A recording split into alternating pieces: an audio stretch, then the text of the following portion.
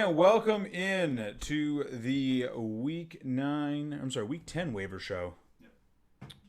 For the Fantasy 4-Pack, I'm your host, Ian Power, joined as always by Matt Vitale, Frankie Santiago. We are here today to bring you guys some of the Week 10 waiver options we're keeping our eye on, as well as our weekly 3 and out, our 3 takeaways that we got from looking at the weekend. You guys ready to dive into the 3 and out here? Yeah, let's wrap this week up and get on to week 10. Well, real fast before we do that, let's run through the news and then we'll kick it off. Holding on wrapping. We'll start with the bad news and then we'll move towards good news. So, Christian McCaffrey looked great on his return to football. Oh, wait, no, he's out with a shoulder again. Hopefully you didn't drop Mike Davis. I still own Mike Davis. I saw him get dropped in a couple leagues, and I just quietly added him to my bench because I was like, you know what? I want to have the backup in case Christian McCaffrey gets hurt again, not knowing it was going to happen literally in the game he returned in. But he's not guaranteed out long-term yet. He did, he hurt his shoulder. It looked like he, you could see him, nursing it in-game. I believe actually he came back in and then left again. So it's not promising. I guess generally when that happens, that means that they tried to give it a go and they're like, nope, too painful. I'd be surprised if he plays this week. Matt Rule did say that we should have more information on Wednesday. So we're going to have to wait a little bit to find out what exactly is going on with him. But hopefully it's short term at the very least. I'm fortunately not a CMC manager in any league, but I'd be very disappointed if this costs him the rest of his season. Like, you get like 2 games out of him, and you're like, all right, well, better than the Saquon managers. And the thing I is, guess. like, you got 3 quality games, even though he's been injured. Yeah. Yeah, it's like I say, it's that there's not much statistical reason for it other than it's just when you're the top back once, usually with him and Todd Gurley's exception twice. Bad things are in your future, usually injury-wise. But no, I think he has a good shot to at least play a couple more games. I think this does spell disaster for owners of CMC because you got 3 great games, but you probably missed enough that you're hurting. Sure. Kenyon Drake still day-to-day. David Montgomery in the concussion protocol. David Johnson also in the concussion protocol. Bad day for Davids. Matt Stafford, not named David, did go into the concussion protocol, has exited it already. So very quickly was cleared from the concussion protocol, probably because he's not named David, if I had to guess. Kyle Allen, also not named David, will require surgery on his ankle as it was dislocated this weekend. It was a nasty-looking injury. But on the bright side, we get to see some Alex Smith now. It sounds like Alex Smith is going to be the new starter for the aptly named Washington football team. Everything is coming together. Ah, yes. Alex Smith back on the field. See if he can return to Alex Smith form. He didn't look terrible on Sunday, honestly. I mean, he looked like a guy who was returning from missing like a year and a half, 2 years of football, but like he's still slinging the ball okay. He got a little bit of a tune-up game getting to start back up against the Giants, but I feel like that's a game that they should have won. But losing a quarterback in the middle of the game probably stunts the momentum a little bit. And then on to the good news. Nick Chubb officially returned to practice today. He is on track to play this weekend. Obviously, you still want to monitor practice reports because Nick Chubb could return to practice. Then the Cleveland Browns would be like, yeah, he's not ready. But it seems like at this point he is on track to play this weekend. So if you have been holding on to Chubb or if you traded for him, your patience is about to be rewarded. Congratulations. All right, let's get into the 3 and out here. Unless there's any news that I didn't bring up that you guys saw. No, I didn't see anything else. You pretty much touched on all the big things. I tried to. Frankie, why don't you kick us off here? You usually take us away with the 3 and out. Well, why break tradition? Derrick Henry this week. Not what I was really hoping for to see out of him. It's almost like he's playing against the Bears. That can't be right, though. He was set to go up against a marginally better Bears defense. They're almost in the top 10 against the running back. Coming into the game averaging about 22 attempts a game, which is a little bit lower than I thought going into the year. Still buck on the ground and then averaging a touchdown a game, which definitely helps his ceiling. Didn't quite hit that average on the ground in terms of attempts or yards, and 0 scores, which I think is really what kind of just took his ceiling down this game. The Bears are a pretty tough front, so I mean, I'm surprised, but not super surprised. What is surprising is that yards per carry, though, 3.28. That's I think the second lowest this season, against Denver and Pittsburgh, who are again a lot tougher of a front out there, 3.75 and 3.74 respectively. So again, that's another reason why I kind of figured he was going to do a little bit more in this game. But the next 3 matchups, versus Indy, versus Baltimore, back to Indy again. It might be a rough couple of weeks for him going against those fronts, but I mean, we know that he is a downhill runner, and this is the time of year where he's going to pick up that speed and, Sure. Get really into that Derrick Henry that we know. I think this is kind of an anomaly because, again, this is the time of year where he's going to start to heat up. And, I mean, I'm not saying to bench him because it's Derrick Henry. I mean, you don't sit Derrick Henry or else that's going to be the game. He goes off for a typical Derrick Henry 2-touchdown, 75-yard game. Yeah, no analysis needed on not sitting Derrick Henry. On the plus side, though, his playoff matchups, Jacksonville, Detroit, Green Bay, which is why, although the next couple weeks may be tough, you're going to get the Derrick Henry that you know in weeks 13 through 16. Yeah, I think this right here is a big reason why Derrick Henry never seems to crack that top 3. Like I said, nothing through the air for him in this game. So when it's a tough matchup on the ground and he's not getting used in the air, he can be very limited on his ceiling if he's not hitting the end zone multiple times. So that's why you see guys like Dalvin, like Kamara, Zeke, when he's Zeke, those guys vault above him because I hate saying it, but Derrick Henry's he's the rich man's version of David Montgomery. Like, he's going to get you carries. He is going to have that really, really, really safe floor. But his ceiling can be limited depending on game script. I mean, I wouldn't even say game script took him out of this one. The Titans only threw 21 times. Ryan Tannehill only completed 10 passes. The Bears just played good defense. That's it. Like, Corey Davis goosed. Jonnu Smith only caught 2 passes. Like, the only person you wanted in this matchup was A.J. Brown, 9 targets, 4 catches, 101 yards, and a touchdown. Like, he's the only Titan who had a good day. Like, sometimes good defenses lock down good offenses, and the Bears just won out today. I don't think there's anything to be.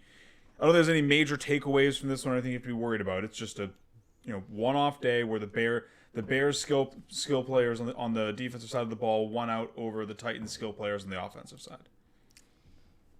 Well, next up, you could say it was a tale of 2 cities on the football. You used my pun. You looked a lot better out there. 20 for 28 passing, almost 250 yards, 2 touchdowns, no picks. Skill position players look better. Parker, Williams, and Grant, Gesicki. They were all getting their targets. I mean, I think he's figuring out how to again, this goes back to what I said last week. I think he's figuring out how to use the offense a little bit more effectively and in, a better matchup than going against the Rams. Sure. I think he's going to be, I'm not saying he's a lock every week. He's more of the matchup dependent kind of guy. If you need a streamer, I'm now comfortable rolling out at least Parker and Gesicki out there. Maybe if I need a tight end. Looking ahead at his other matchups, LA, Denver, the Jets, not really anything super tough there. Potential for some shootouts or potential to go up big in games. Looking at the playoffs, though, he's definitely not a guy I'm going to throw out there. KC, New England. You get Las Vegas in the championship, but weeks 14 through 16, he's on my bench. I'm still not agreeing with you that he's streaming worthy yet.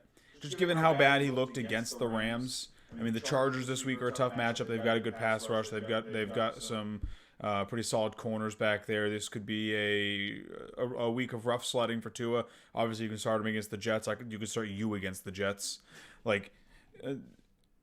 I'm still not willing to roll him out there as a streamer, though, just because I think that you're generally going to be able to find better options than him. Like I said, aside from his Jets matchup, I think that he's generally going to be a low-end QB2, and that's kind of his ceiling so far this year. Fair enough. Yeah, I liked what I saw. I liked the progression he made from that tough defense to be a defense that is exploitable. Because if he couldn't get anything done against the Cardinals, I would have just bargained, just throw him in the bottom of the barrel. He's just another guy. That would have been very telling for me. But the fact that he could, in a pressure situation, get it done, I think that tells tales. The only thing for me that's weird is just the way he throws. Like, that's the other thing. Just on tape, it just looks weird. And as a non-Tom Brady and Patriots fan, Hashtag Brady in decline. even that game was tough to watch for me. That game was touted as being like the game of the week, hands down. Like, I mean, the Saints showed up to play a game of the week. Two historic quarterbacks going head to head. Drew Brees was like, "All right, Tom, I'm here," and Tom was like, No, you mean a historic quarterback and a system quarterback that signed with a new team. I mean, you can look at the stat line: 22 for 38, 209 yards, 0 TDs, 3 interceptions. That's exactly as awful as it sounds. Yep. It wasn't. I don't know what it was about. He had to just be uncomfortable after getting sacked 3 times, because I was watching him force throws where he didn't need to, and also just, I mean, Tom Brady's always been good at throwing the ball away and getting it away so he doesn't take the fumble, take the hit. He wasn't even doing that. He was throwing ducks up. That's why he ended up with 3 picks. That's always been the recipe to stopping Tom. If you can get to Tom, if you can hit him in the pocket, you shake him, and all of a sudden he starts hearing footsteps and seeing ghosts. Yeah, for him, it's always been about the trust in his line. So when he's got a rock-solid line that gives him time in the pocket, he can really dice up a defense. But once you start hitting him and he loses faith in his offense, he'll start throwing away balls that he's not sure of because he doesn't want to get hit or he doesn't want to get strip-sacked as he's going back for a pass. This was terrible, like I said, because I had them pegged as a team that could go all the way. And if they're struggling this hard against a contender, that puts it in doubt for me, like big time. Again, I mean, I'm more disappointed too in Antonio Brown and Chris Godwin. I mean, Marshawn Lattimore always eats Mike Evans' lunch, so there's no surprise there. It's like Mike Evans just is not the same caliber player as Marshawn Lattimore apparently. But what's the excuse for everyone else? well, I mean, I think he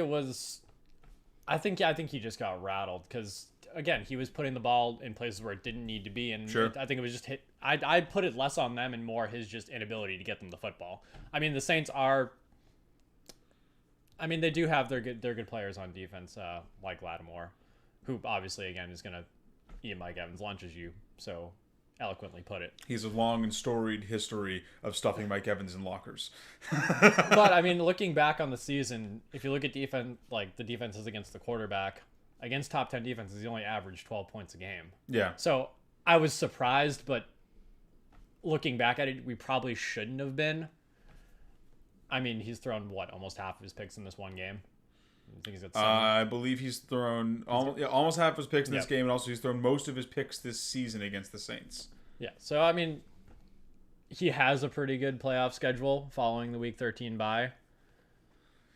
But he's got Carolina, LA, and KC in there in between, so I don't really know what to expect. Going back to the last point I made I mean, all 3 of those are top 10 quarterback defenses, so I think Brady is a matchup dependent starter. In matchups against bad pass defenses, you can start him because he has some elite weapons.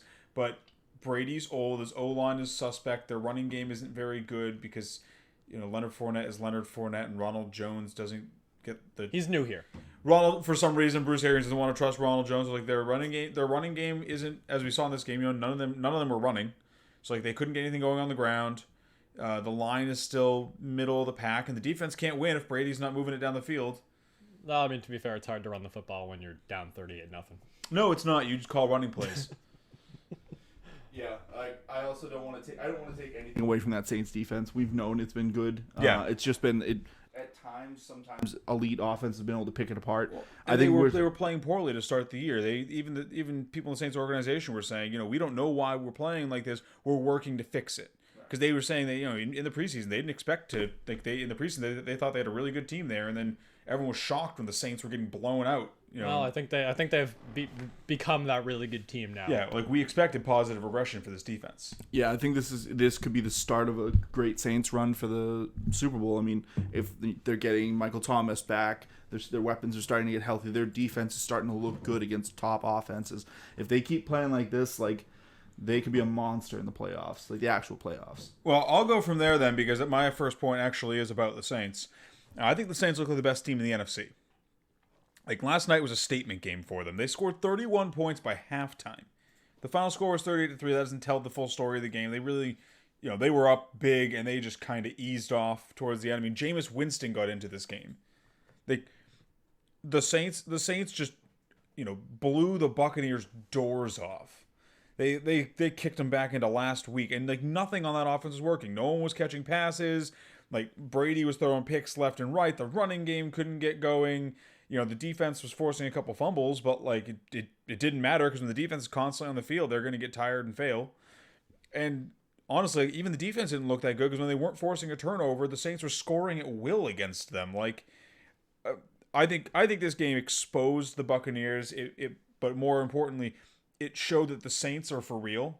They're finally getting healthy. They had their full complement of weapons on the field, and they just torched what had looked like a pretty good defense to this point.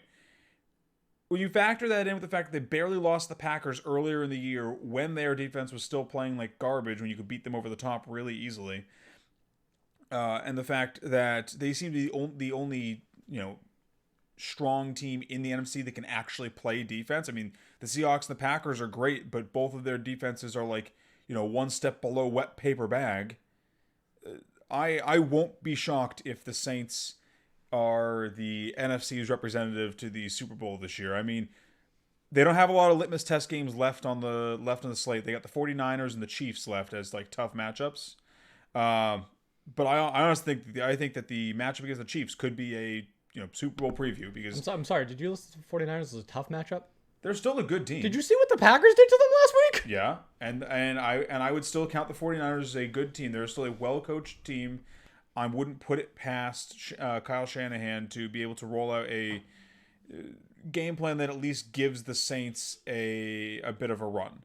Yeah, honestly, I think that game's more going to be a test for their offense, whereas their defense should be able to contain whatever that Shanahan can scrap together to throw at them, because that defense still produces. So it's a great, as you put, a litmus test for how good this offense can be against an elite defense, even though it's banged up. Which when you get to the playoffs, a lot of teams are banged up and carrying injuries. Yeah, and then they get to face the Chiefs as well. That should be that should be a true test of how good the Saints are, because the Chiefs are the best of the best. If the Saints can go up against the Chiefs and come away with even just a close loss, I'll take that. I think that shows good things for the Saints. Like I said, I just don't see how the other two juggernauts in the NFC, the Packers and the Seahawks, can keep up with them, because neither of them can play defense. And as we know, in December and January, when the games start to matter, defense matters. Teams that are just offense only rarely win the Super Bowl, unless you're the Broncos, and even they had Von Miller. Secondly, I think we can officially say, seeing as we are just a few days past the 1 month anniversary of Bill O'Brien getting the hell out of Houston, that Bill O'Brien was the problem there. He got fired on the 5th of October, and since he's been fired, 4 games have been played by the Texans. Since he's been fired, Watson's been over 300 yards in all of them. He missed 300 yards by 19 yards this past weekend. So, over 300 in all but one of them, and the one he missed, it was he was a pass away from getting there, and they just didn't need to complete it. Also in those games, there's been at least 2 Texans receivers that have been startable for fantasy, oftentimes more, and usually they're Fuller and Cooks. So it's not only is Watson producing, but he's producing through a very narrow target tree, where it's Fuller has been eating since Bill O'Brien left town. Cooks has emerged into the receiver we all expect him to be. Randall Cobb had a game. Fells had a game in there where it's like, this offense is finally being the prolific fantasy production that we expected from it in the preseason. I think it really goes to show how much a bad coach can drag an offense down. When we were looking at this team 3 weeks in, we were like, are there any Texans outside of Fuller you want? And then like Bill O'Brien leaves, and all of a sudden the Texans like, oh, this is how you play football. It's like he had to have just been such a crushing weight on that locker room. Like I'm happy they're playing well, especially as someone who is a Fuller and Cooks manager in many leagues. Not obviously, usually not both of them in the same one, but I've got shares of both of them across fantasy. I'm happy to see how they're playing. I hope it keeps going because they've been making some sweet fantasy music. And then my last one's a short point. I think Garrett Gilbert, while he wasn't great, might be the best quarterback the Cowboys have while Dak's on the mend. I was going to say Dak is still on the team. He is just... Well, he's probably going somewhere else. Yeah, I would not. The Cowboys don't have money to sign him. They paid $100 million to Ezekiel Elliott, who's now bad, apparently. And Amari Cooper got a big contract. But that Tony Pollard kid, though. Yeah. If only they had someone good behind Zeke, that would have made it so they didn't have to pay Zeke. But I'm getting off topic. I think Garrett Gilbert at least looked serviceable, which is better than you can say for the DiNucci kid or Dalton. Like, he's looked better than both of them. Because Jerry's dumb, I could see Jerry being like, no, we're going back to Andy because he's the more marketable name. But, like, they should stick with Gilbert. Gilbert put up a decent day against a really good Pittsburgh team. He almost got the W. Like, he made their offense look functional at least, instead of just being like, I guess you don't want anyone, maybe Amari Cooper. Like, I think the Cowboys, especially with the Cowboys still being in contention for that division lead, they should really stick with Gilbert to try and make the playoffs. That's such a weird sentence to hear. Did you know that the Eagles have a better chance of making the playoffs than the Steelers do? Yes. But Tyler, what are your points? Well, since we just brought up the Steelers and the people that they just played, the Cowboys, I love this game. I mean, it should have been a blowout, and as someone who's looking to see some positive regression for the air attack for the Steelers, I was expecting this game to be defense and James Conner, and it was surprisingly kind of anything but that. Like, the Cowboys gave him a game and made Big Ben use his arm again, and we got to see another, like, a classic 300 touchdown game out of Big Ben. Juju came back with 90 and a touchdown. Like, this looked like classic Steelers, and they had to I think they took their foot off the gas a little bit too much against Dallas and let them creep back into this game, and basically they had to turn it back on to pull out a W. Like, not what you want to see from an undefeated team almost losing to the Cowboys. Like, I don't even know if there's a comparison for it, because, like, I don't want to call them the Jets, because the Jets did it to themselves. The Cowboys just, I guess they borrowed doctors from Philly or something like that, but no. I really said it was just a nice classic game, and I think we might see a couple more of those down the road with Cincinnati and then Jacksonville on the slate for them. So could be some sweet money for fantasy managers. And moving them, I'm actually going to hop my second point to go to my third point to talk about another quarterback, Jake Luton. As I sat here when we were talking about that game, would not be surprised if he was terrible. Would not be surprised if he was bad. He was not bad. He was not bad against. I mean, granted, it is Houston, not no vaunted defense, but he came out there. As you talked about with Bill O'Brien leaving, when something got changed up, the targets got condensed. Chark came back to production and was one of the best wide receivers for this week. And wait, so you insinuating that Bill O'Brien made the Jacksonville Jaguars better? Bill O'Brien left in the Jaguars. No, I'm saying that when leaves football and everyone gets better. I'm saying that Does that mean that everyone gets significantly better if Adam Gase leaves football? I mean, to be fair, quarterbacks this week went off. Everyone was having a good week. Teddy had a good week. It's just across the board, quarterbacks were producing.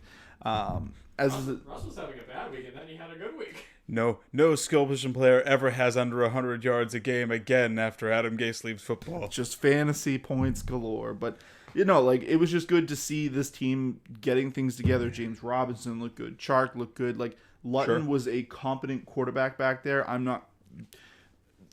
We played the who would I start over him, and I probably was wrong in a couple just because they balled out. But if you started him, if you had to really gamble and started him, he got you like 20, 22 points. In my dynasty league, I actually benched him this week for Matthew Stafford. I picked him up because Matthew Stafford got slapped on the COVID list. And then Stafford was good to go. I was like, sweet, rolling out Stafford.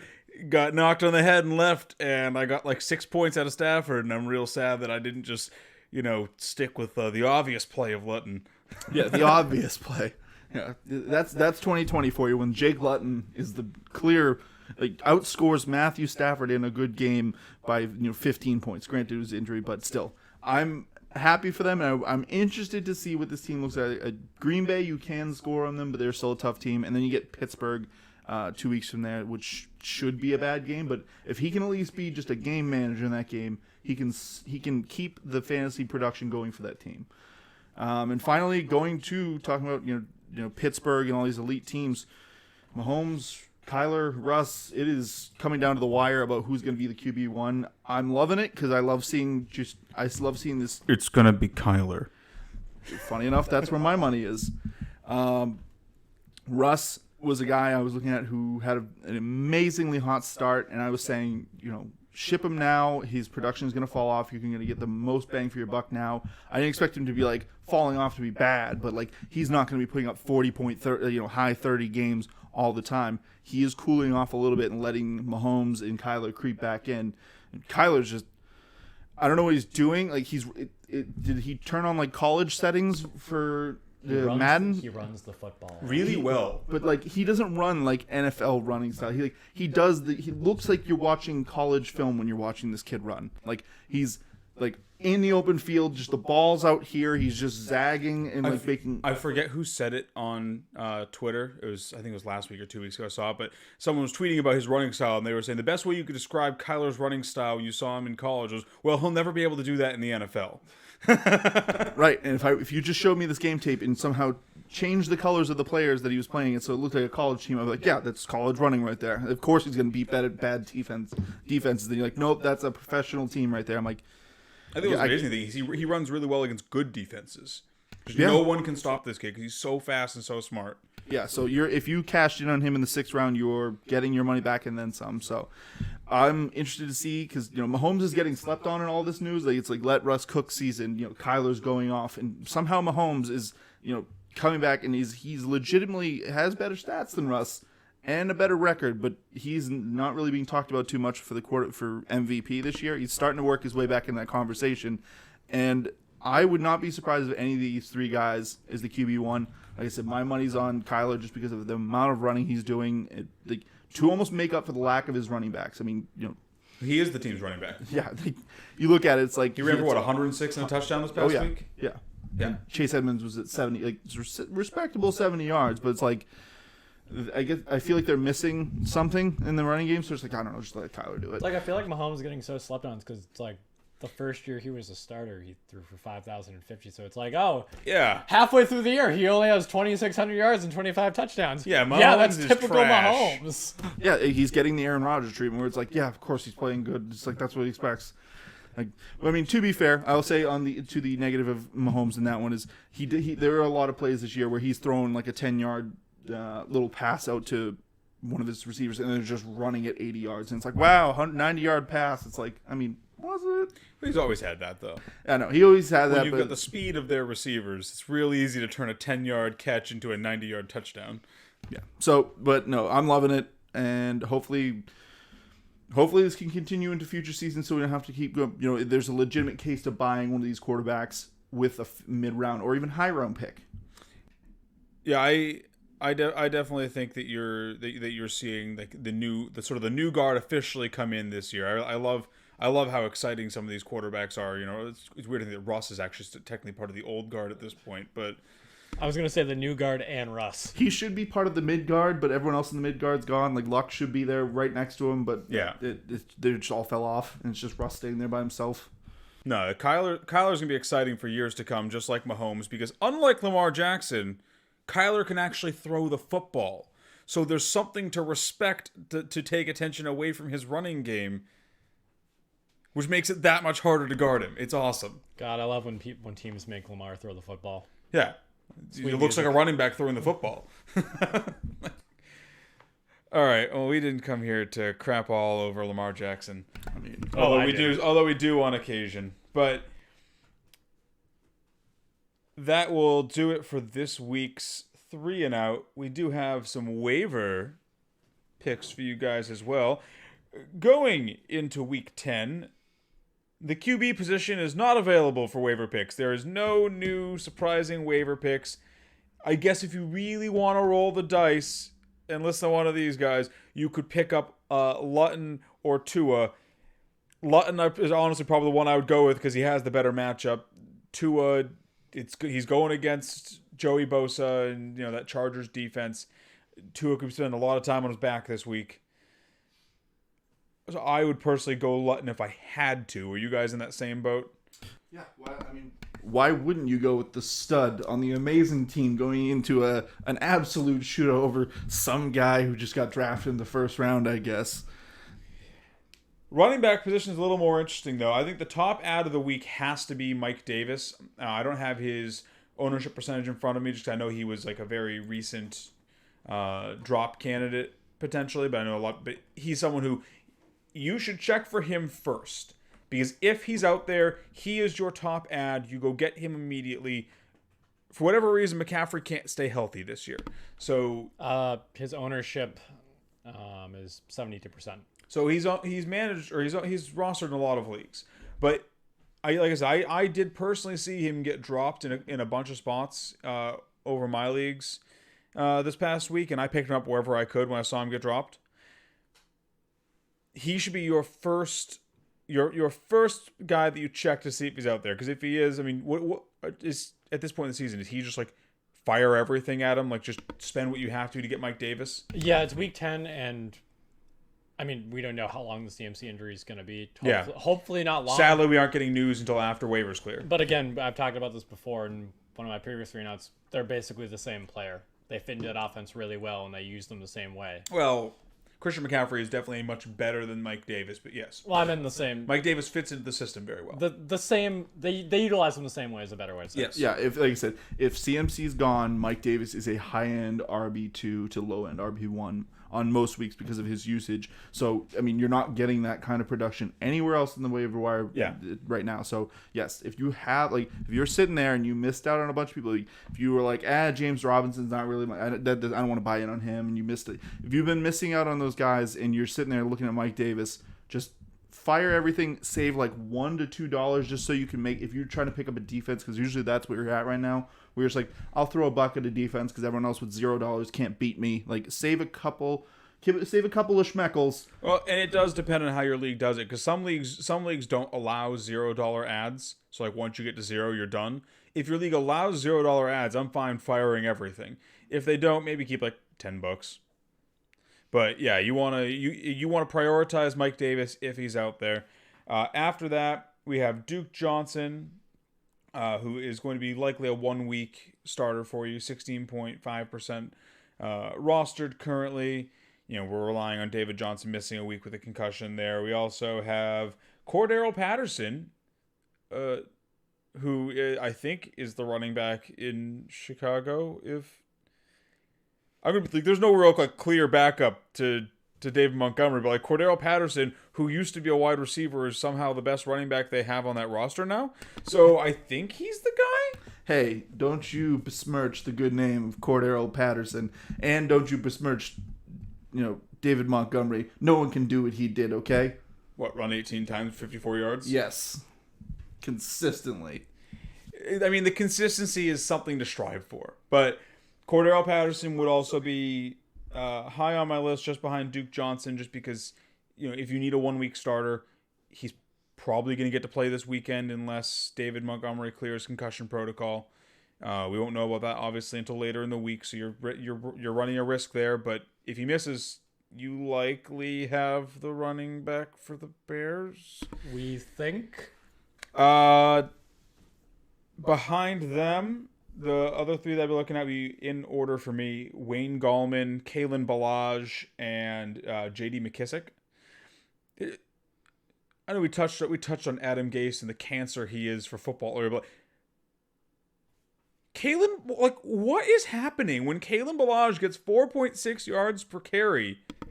He gets to start over Joshua Kelly and then runs really well for the Chargers. Like, how much more evidence do the Jets need to see that Gase is bad for football? Kalen Ballage, who was averaging like less than a yard per carry with the Dolphins and couldn't even hack it with the Jets, just ran for 69 yards and a touchdown on 15 carries for the Chargers. It's better not to question it. It's almost like Adam Gase is not very good at his job. I mean, like I was telling you guys before, quarterbacks are supposed to be setting their team up to win and inspiring their guys to play the best they want to play for their teammates and for their coach. And then he comes out this week and he's trying to praise Frank Gore, who is a legend, and he's talking about how much he loves football. I'm like, oh, it's a great little tweet, little sound bite right there at him. And then he's like, he loves football so much, whereas my rest of my team just wants to play Xbox. So it's great. You're a young talent, and his team's like, my coach doesn't even believe me. Why do I care about him? Yeah, it's like, who are you? Screw you, Dad. No, I mean, to be fair, he wasn't really involved in the passing game. Three targets, 2 catches, 15 yards. Joshua Kelly was still the back to own there. 5 targets, 5 catches. They did sort of split work, but like, he's someone who if Justin Jackson's gonna miss more time, I'm interested in him because I know it was the Raiders, but he ran well. Austin Eckler's probably out for another 2 weeks or so, is what the reports are. So like, you could get 2 weeks of Kalen Ballage if Justin Jackson misses time. I feel dirty saying that. Hey, there's still a couple of people left on that hype train. I remember that full steam Kalen Ballage. It was almost like the Zach Stacy train. No, because Zach Stacy had a successful season. Zach Stacy actually deserved the hype train. Kalen Ballage was like, look how big he is! Then he did nothing. Yeah, I must have missed the Kalen Ballage hype train because I did not. It was just as everyone was getting off the Kenyon Drake train in Miami, and they were just like, "Well, look at Kalen. Kalen must be. For some reason we love somebody in Miami. It must be him then." And you just found out it was neither of them. And then Devonta Freeman might miss more time. Wayne Gallman is Wayne Gallman. You're never excited to start Wayne Gallman, but I don't even think there's enough starting running backs left in the NFL to have one per fantasy team at this point. If you're in a 12-man league. So you might have to start Wayne Gallman because most leagues have 2 running back spots. And there's definitely not 24 healthy stud running backs in the NFL right now. In 2 weeks, I'll have 3. So Wayne Gallman's a running back 3/flex most weeks. Hey, you're not happy if you're starting him, but like he could be getting carries for the New York Football Giants. So, and then J.D. McKissick has been quietly doing work for the Washington football team. He's no Antonio Gibson, but he's still been, turning in good performances there. I'd probably honestly prefer him to Wayne Gallman because Wayne Gallman's role is predicated on no Devonta Freeman. I think I'm more interested in McKissick purely in at least half PPR leagues, so most leagues, but like I think I need those extra points coming from receptions for him. He is frustrating. Like I said, I'm still slightly on that Antonio Gibson train. I think he might be a next year darling. It just might take that time for him to progress. I was hoping he would just be a breakout with his, his ability to break tackles and how good he looks. Like when you watch him, he looks electric, and then you look back so he must have put up 100 in a touchdown, right? And it's 20 in a touchdown. You're just like, oh god, am I watching the wrong clips or something like that? And then just J.D. McKissick's coming in. So I, as a former Antonio Gibson owner, I am glad that I was able to get him off my team for some pieces. And then at wide receiver, it's Danny Amendola, Curtis Samuel, and Darnell Mooney. Danny Amendola his value is predicated on there being no Kenny Golladay, so keep an eye on Kenny's health. Kenny should at least miss this week as well. People were saying 2 to 4 weeks for Kenny. So Danny could turn in some decent performances for you until Kenny gets back, provided he can stay healthy, because we all know that once Danny Amendola becomes anything close to the focal point of an offense, his bones turn to glass and his skin turns to paper and he explodes on the field. Curtis Samuel has been heating up lately. It's almost like they realized that Curtis Samuel's also a really talented football player, and they've been giving him his due, and it is working for them. It's kind of making me not want to have any of them, because you never know if it's going to be a Robbie Anderson week or a Curtis Samuel week. It's never a DJ Moore week. But last year, I mean, Curtis Samuel and Christian Kirk were like my two guys that I really liked coming into the year, and now I mean, Curtis Samuel's always been really talented. It's like he was overshadowed by Robbie this season, and for some reason DJ Moore, even though DJ Moore hasn't been doing anything for them, I'm honestly not going to be surprised if the season ends up with it being Robbie and Curtis, and DJ is just sort of like relegated to the wide receiver 3 role. Because while I think DJ is great, for some reason he's just not working with Teddy Bridgewater. So air shrug. But I'd be most of those three. I'd be most interested in Curtis Samuel. Yeah. I think that he's the one who stands the best chance to give you week in, week out performances at the wide receiver position, whereas Darnell Mooney is catching passes from insert Bears quarterback here, and Danny Amendola has at most like 3 more weeks of fantasy relevance before Kenny Golladay returns and starts making crazy over-the-top catches while getting hit by 2 guys in midair. And then there are no tight ends.